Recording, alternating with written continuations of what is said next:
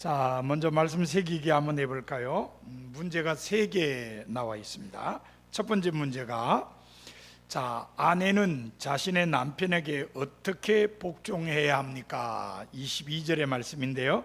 어떻게 복종해야 해요? 주님께 하듯 하라. 주님께 하듯 하라는 말을 우리가 다른 말로 바꾸면 교회와 그리스도의 관계에서 교회가 그리스도에게 순종하듯이 하라, 이런 이야기입니다. 이것을 우리가 자발적인 순종 또는 이제 자발적인 복종 이렇게 얘기할 수 있죠. 근데 우리말로 이렇게 복종이라고 번역해 놓으니까 약간은 좀 억압적인 분위기가 있죠. 좀 굴욕적인 느낌을 갖게 만듭니다. 근데 실제로 이 복종이라는 말의 의미는 그렇게 나쁜 의미는 아닙니다. 이게 히랍어로 휘포타소라는 단어인데요, 이거는 정확한 의미는 뭐뭐 아래에 두다, 누구누구 아래에 두다. 그런데 조금 의미적으로 생각하면은 지배의 개념이 아니고 봉사의 개념이다, 이렇게 생각하시면 됩니다. 내가 누구 아래에 있어서 그 사람을 위해서 봉사한다, 이런 의미가 이 복종이라는 단어 속에 있습니다. 가정에 대한 말씀을 우리가 성경에서 찾아볼 때에 조금 어려운 점이 있어요. 뭐가 어려울까요? 시대가 너무 많이 변해가지고 어려워요. 우리 지금 80 넘으신 할머님들 참 본인들이 시집 올 때 그때의 시대, 그리고 지금 손녀 이렇게 시집 갈 때나 손자 며느리가 이렇게 시집 올 때 가만히 보면은 어떤 생각이 들어요? 세상 참 많이 변했다, 이런 생각이 들죠. 예, 요게 우리 사회만 해도 요 100년 안짝에 굉장히 많이 변했습니다. 그런데 지금 우리가 읽었는 신약 성경하고 지금 우리하고는 어느 정도의 간격이 있죠? 잘 모르세요. 대답하기가 싫으세요. 어느 정도의 간격이에요? 2000년이죠. 2000년이면은 얼마나 많이 변했겠어요. 그러니까 신약 성경에 가정에 대한 이야기를 할 때 어려운 게 이렇게 시간이 너무 많이 변했어요. 우리가 성경을 읽을 때 제가 강조하는 게 그 성서 본문의 삶의 자리가 어떠냐, 그 삶의 자리를 늘 잘 생각해야 된다 그러는데, 지금 기원 후 1세기 삶의 자리하고 지금 기원 후 21세기의 삶의 자리는 엄청나게 차이가 나죠. 이래서 이런 복종이라는 말의 의미를 설명해 주는 게 그래요. 옛날에는 그 시대에는 복종 그러면 당연하다고 생각했을지 모르지만 요새 복종 그러면 이 시대에 무슨 복종이에요, 이렇게 나올 수 있죠. 이게 삶의 자리가 바뀌었기 때문이라는 겁니다. 그 다음에 가정에 대한 말씀을 나눌 때 우리가 또 하나 어려운 게 뭐냐, 그는 가정이 모두가 똑같지 않아요. 어떤 가정은 결손 가정이 있을 수 있고, 또 어떤 가정은 어르신들이 계시는 가정도 있지만 또 안 계시는 가정도 있고, 가정의 형편이 제각각 다르기 때문에 이 가정에 대한 말씀이 쉽지가 않다는 겁니다. 자, 복종이란 말하고 관련해서 우리가 기원 후 1세기, 그러니까 지금부터 2000년 전의 사회를 한번 생각해 봅시다. 그때는 로마 사람들이나 유대인들이나 어떤 사람들이 사는 곳에서도 여인의 권리나 여인의 지위는 없었어요. 심지어 신약 성경에도 복음서 저자가 쓰는데도 오병이의 이적에 사람이 몇 명이나 먹었냐, 그냥 한 2만 명 이러면 될 걸 꼭 남자만 5,000명 이런다고. 그러니까 여자하고 애들은 뺐다는 거예요. 왜요? 사람 축에 잘 끼지를 않으니까. 이게 그 당시 사람들의 생각이었어요. 그래서 우리가 바울의 편지를 읽을 때도 이게 지금부터 2000년 전의 상황에서 쓰여진 편지다 하는 걸 기억할 필요가 있습니다. 그래서 23절에 보면은 아무렇지도 않죠, 그죠? 남편이 아내의 머리됨이. 맞습니까? 지금도 여러분이 남편이 아내의 머리라고 생각하십니까? 요새 젊은 사람들은 이런 말 했다가는 큰일 날 거죠. 아마 주례사를 하면서, 자, 남편은 아내의 머리입니다, 그러니까 아내는 무조건 남편 말 잘 들어야 됩니다, 이러면 이 사람이 조선시대 사람인가 이럴지도 모르죠. 그러니까 그만큼 시대가 변했다. 그러나 언짢아 할 필요 없어요. 남편이 아내 머리 된다는 것을 어디에다 연결해서 말씀을 했느냐? 그리스도와 교회 머리 되는 것처럼 그랬어요. 그러니까 교회의 머리가 그리스도다. 그건 이제 교회가 그리스도에게 순종해야 되는 의미를 강조하는 거지, 뭐 그리스도가 폭군처럼 그냥 교회를 억압하는 건 아니잖아요. 언제나 그리스도는 교회를 사랑으로 품죠. 마찬가지라는 거예요.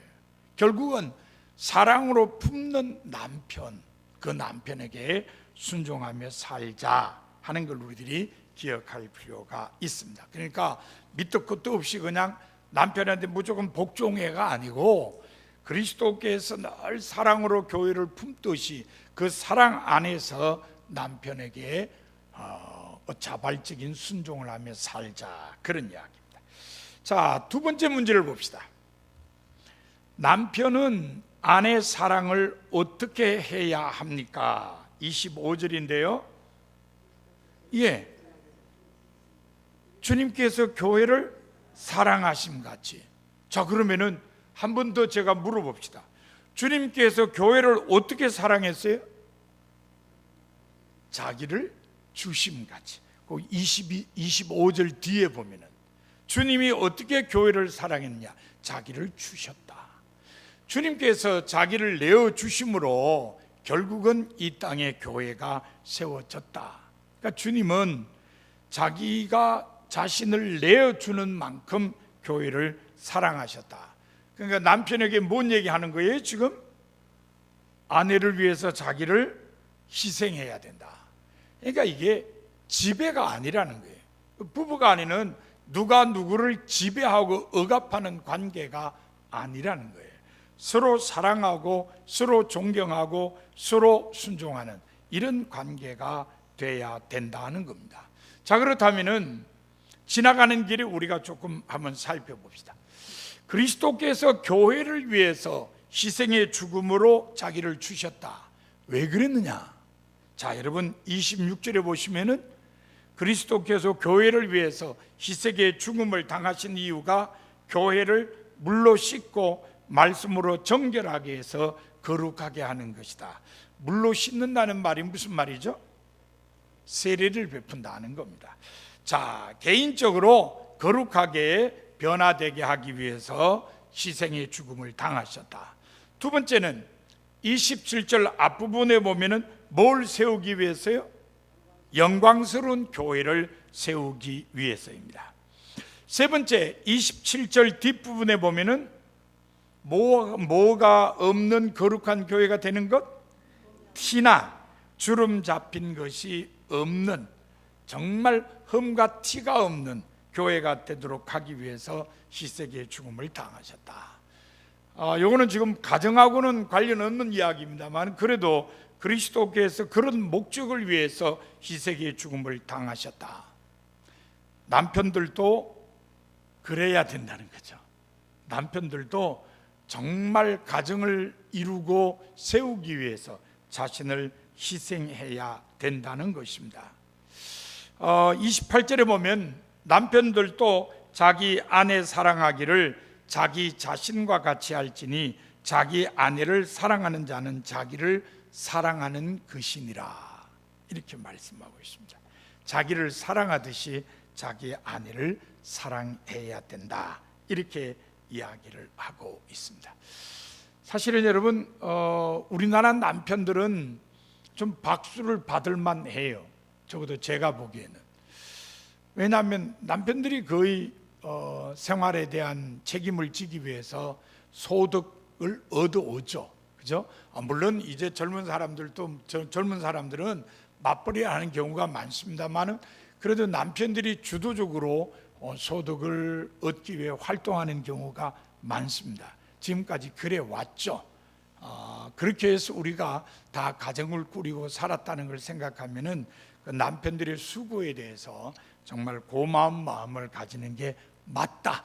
그런데 성서는 그것뿐만 아니라 아내를 사랑하기를 위해서 자기를 희생할 줄도 알아야 된다. 그 얘기를 하고 있는 겁니다. 자, 오늘 남편들이 많지를 않아 가지고 조금 아쉽습니다. 자, 세 번째 문제 풀어봅시다. 가정을 행복한 공동체로 세우기 위한 부부의 역할은 무엇일까요? 33절에 기록되어 있네요. 뭐죠? 남편은 아내를 사랑하고 아내는 남편을 존경해야 한다. 처음에는 복종하라 그러더니 이제 조금 부드러워졌죠, 그죠? 진짜 하고 싶은 얘기는 이걸 거예요. 남편은 아내 사랑해라. 그리고 아내는 남편을 존경해라. 그런 겁니다. 자, 이 남편과 아내에 대해서 우리 성서에 나타난 단어 중에 제일 의미 있는 단어가 뭐냐? 돕는 배필이에요. 물론 그건 우리나라 말로 번역해서 돕는 배필입니다. 창세기 2장 18절에 보면 여호와 하나님이 이르시되 사람이 혼자 사는 것이 좋지 아니하니 내가 그를 위하여 돕는 배필을 지으리라 하시니라. 자, 이 말씀의 삶의 자리는 이런 거예요. 하나님께서 온 우주 만물을 창조하시고 특별히 그 가운데 에덴 동산도 만드시고 거기에다가 아담을 살아가도록 만드셨어요. 근데 아담이 혼자 살아가는 걸 하나님이 가만히 보시니까 좋지가 않아요. 왜요? 쓸쓸하고 외롭죠, 그죠? 그래도 사람이 있어야 같이 좀 교제하면서 사는데 혼자 사니까 너무 외롭고 쓸쓸하다. 그래서 하나님께서 돕는 배필을 지으리라. 그리고 여자를 지어 주셨습니다. 여자에 대해서 옛날 우리 목사님들, 그러니까 제가 어릴 때만 해도 목사님들이 남녀 관계를 얘기할 때에 그런 얘기를 하셨어요. 특별히 부흥회를 인도하러 오시는 부흥 강사님이 자, 여자를 만들 때 하나님께서 뭘로 만드셨어요? 갈비뼈 하나를 빼서 만드셨다. 그래서 어떤 목사님은 남자 갈비뼈가 하나가 모자란다. 여러분, 안 모자라요. 모자란다고 믿으시면 안 됩니다. 안 모자라요. 자, 여자는 남자의 갈비뼈로 만들었으니까 여자는 남자에게 속한 존재다.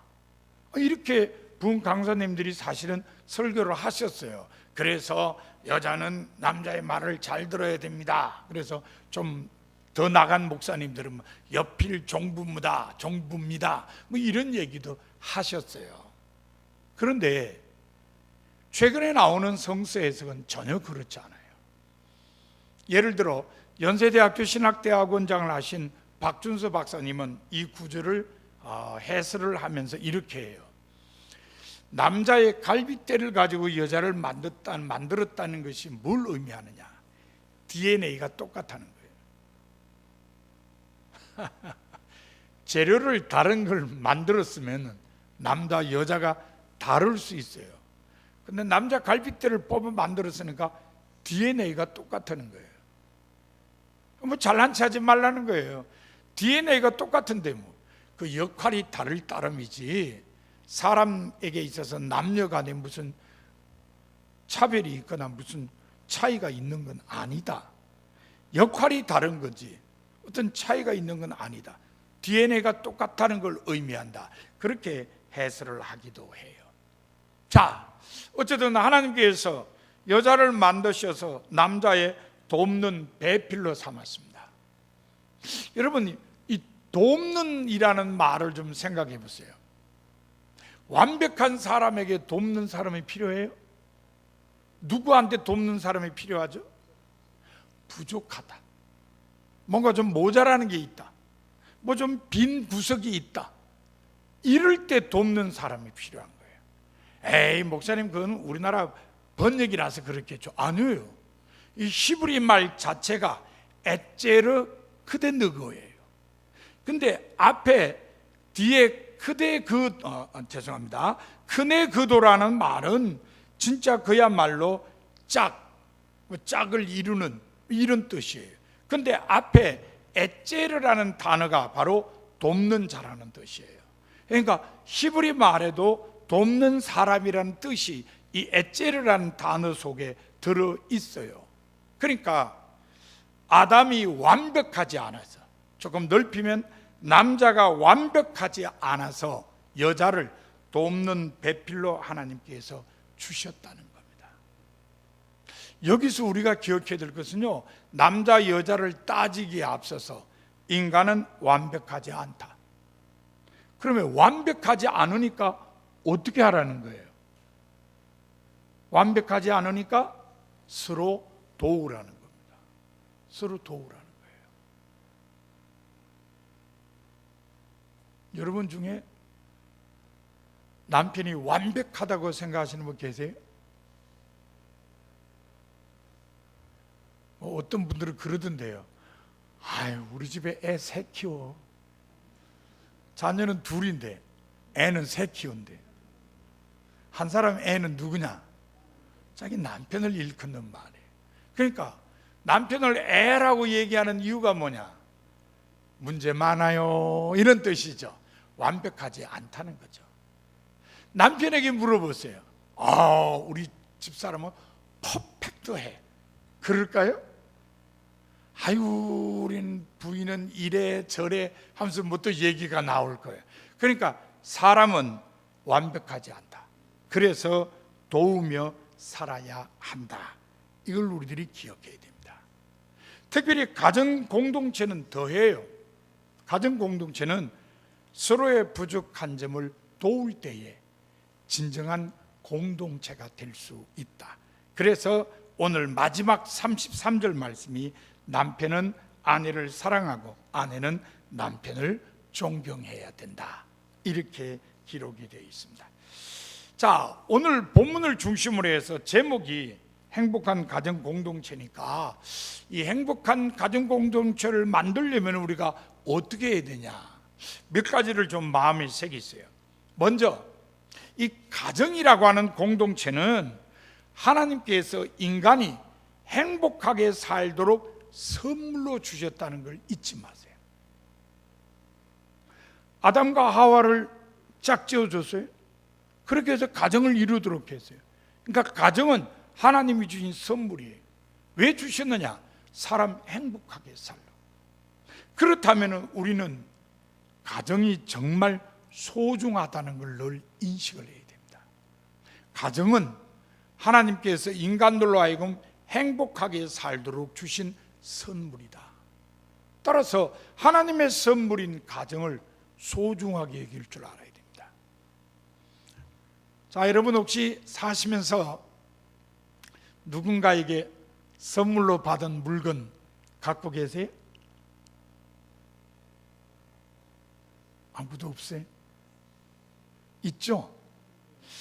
그 남자의 물건이라는 책을 쓴 그 김종훈 박사, 이런 김종훈 박사가 그 광림교회 김선도 감독님의 아들입니다.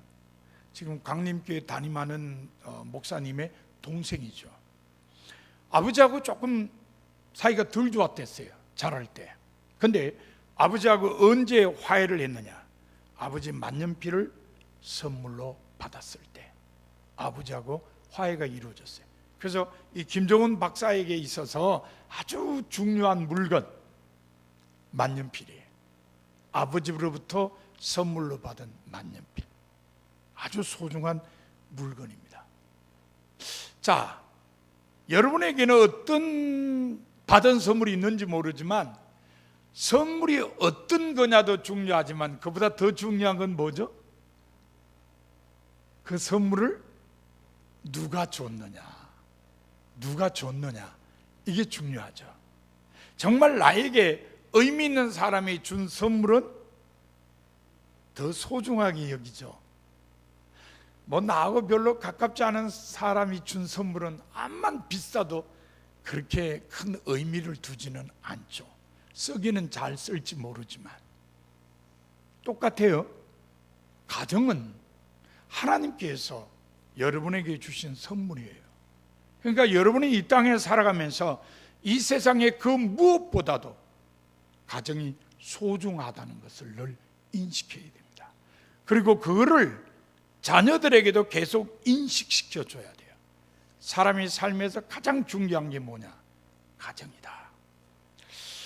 여러분, 그 하버드 대학교에서요 별 이상한 연구를 했어요. 그 별 이상한 연구라는 게 뭐냐면은 졸업생들 중에 이렇게 컨택을 해가지고 너 우리 연구에 동참할래? 그래서 할게요. 그러면 그 사람이 죽을 때까지 계속 추적을 하는 거예요. 개인을. 이거를 수백 명을 했어요. 얼마나? 60년 동안. 그러니까 지금부터 60년 전에 시작한 거예요. 졸업하면은 그 졸업생들 중에 우리 연구소 이 실험에 좀 동참할래? 그래 한 달이면은 이 사람하고 매년 이제 연락을 주고받는 거예요. 지금 뭐 하냐? 지금 뭐 하냐? 지금 뭐 하냐? 근데 이 사람들이 60년 동안 수백 명의 사람하고 계속 연결해서 뭘 알아보려고 했느냐? 뭘까요? 뭘까요? 누가 행복한 사람이냐? 이걸 알아보려고 그랬어요. 그래서 누가 행복한 사람이냐? 누가 오래도록 정말 행복하게 사는 사람이냐? 이걸 알아보기 위해서 계속 인터뷰를 하고 연결을 하고 묻고 답을 얻고, 그러니까 개인의 신상을 다 하는 거예요. 지금 60년 됐는데 지금 아마 세 번째 책임자가 바뀌었을 거예요. 이 사람들이 중간 발표를 했어요. 누가 행복한 사람일까? 자, 여러분 짐작에 뭐가 답으로 나올 것 같습니까? 누가 행복하게 사는 사람일까요? 돈 많은 사람일까요? 출세한 사람일까요? 뭘까요? 중간 발표에서 답으로 채택된 게요, 관계가 좋은 사람. 관계가 좋은 사람. 그 사람이 행복하대요. 이 상당히 의미 있어요. 여러분 가만 생각하시면 맞는 것 같다는 생각이 들 거예요. 이 땅에 살면서 정말 사람들과 좋은 관계를 맺고 사는 사람이 진짜 행복한 사람이다 인정할 거예요. 그런데 그 좋은 인간관계를 맺는 게 어디서 출발하죠? 가정에서 출발한다는 거예요. 그러니까 인간의 행복은 어디에서 시작돼요? 가정에서 시작된다는 거예요. 이게 중요한 거예요. 가정이 그만큼 귀해요. 그러니까 여러분도 가정의 고귀성, 소중함, 이걸 인정하시고 자녀들에게도 그걸 좀 가르쳐 주시길 바랍니다. 가정이 정말 소중하다. 두 번째는요, 그 소중한 가정이 정말 행복한 가정이 되기 위해서는 가족 구성원들이 각자의 역할에 충실해야 돼요. 오늘 본문에는 남편과 아내 얘기만 나왔습니다만 집에 가면 남편과 아내만 있나요? 아니죠. 자녀도 있고 또 부모도 있어요, 위에. 그러니까 3대가 있는 가정들이 있습니다. 제가 어렸을 때는 저희 앞집 영순에는 4대가 살았어요. 옛날에 그 4대가 한 집에 사는 사람들도 있었어요. 그런 가정들의 행복은 어디에서 오느냐? 가족 구성원들이 각자 자기 역할에 충실하는 거예요. 남편은 남편으로서의 역할, 아내는 아내로서의 역할, 자녀는 자녀로서의 역할, 어른은 어른으로서의 역할을 감당해야 된다는 겁니다. 그럴 때 가정이 진짜 행복하다. 그러나 모든 가족이 자기의 역할을 감당한다 할지라도 가정의 중심은 누구예요? 부부이어야 한다. 이거 잊지 마세요. 모든 가족이 다 역할에 충실해야 되지만 그 역할 감당의 중심은 언제나 부부여야 한다. 여러분 남편 놔두고 애들부터 먼저 챙기고 그러지 마세요. 그럼 남편들이 삐져요. 서운해하고. 삐져요. 이거 내가 뼈골 빠지게 돈 갖다 벌어놨더니 난 이 뭐야, 밀리잖아, 이런 생각이 들게 되죠. 어쨌든 가정은 가족 구성원들이 각자의 역할을 잘 감당해야 행복하다. 그런데 그 중심은 언제나 부부 중심이어야 한다 하는 걸 잊지 마시길 바랍니다. 자, 마지막 하나만 더 살펴봅시다. 가족 구성원들이 자기의 역할을 감당하면서 또 하나 기억해야 될 게 뭐냐? 가족 구성원들이 서로 도와야 돼요. 서로 도와야 됩니다. 내 역할만 감당할 것이 아니라 다른 사람이 내 도움을 필요로 할 때 도와줘야 돼요. 이 점이 중요해요. 가정에서 도움을 받아보지 못한 사람은요, 사회에 나가서 남을 도울 줄 몰라요. 사람은요, 자기가 경험하고 체험하고 느끼고 해보지 못한 건 할 줄 몰라요. 가정에서 가족 구성원들이 서로가 돕고 도움을 받고 이런 역할을 주고받을 때 밖에 나가서도 그런 역할을 감당할 수 있는 거예요. 그래서 가끔은요, 내 힘으로 다 할 수 있지만 살짝 도움을 좀 청하는 것도 좋아요. 그는 자녀인 경우에는 교육적으로도 좋고요, 또 배우자인 경우에는 다른 사람을 배려하도록 하는 그런 면에서도 좋아요.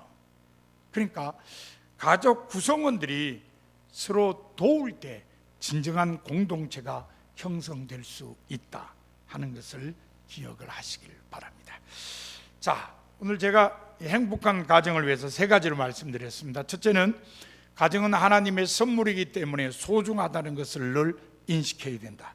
둘째, 행복한 가정이 되기 위해서는 가족 구성원들이 각자 역할에 충실해야 된다. 특별히 부부가 그 중심에 있어야 된다.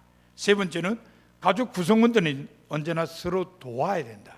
그래야 진정한 공동체가 될 수 있다는 겁니다. 여러분도 오늘 이 말씀을 마음에 좀 새기셔서 여러분의 가정을 진정한 행복 공동체로 만드는 성도가 다 되시기를 바랍니다.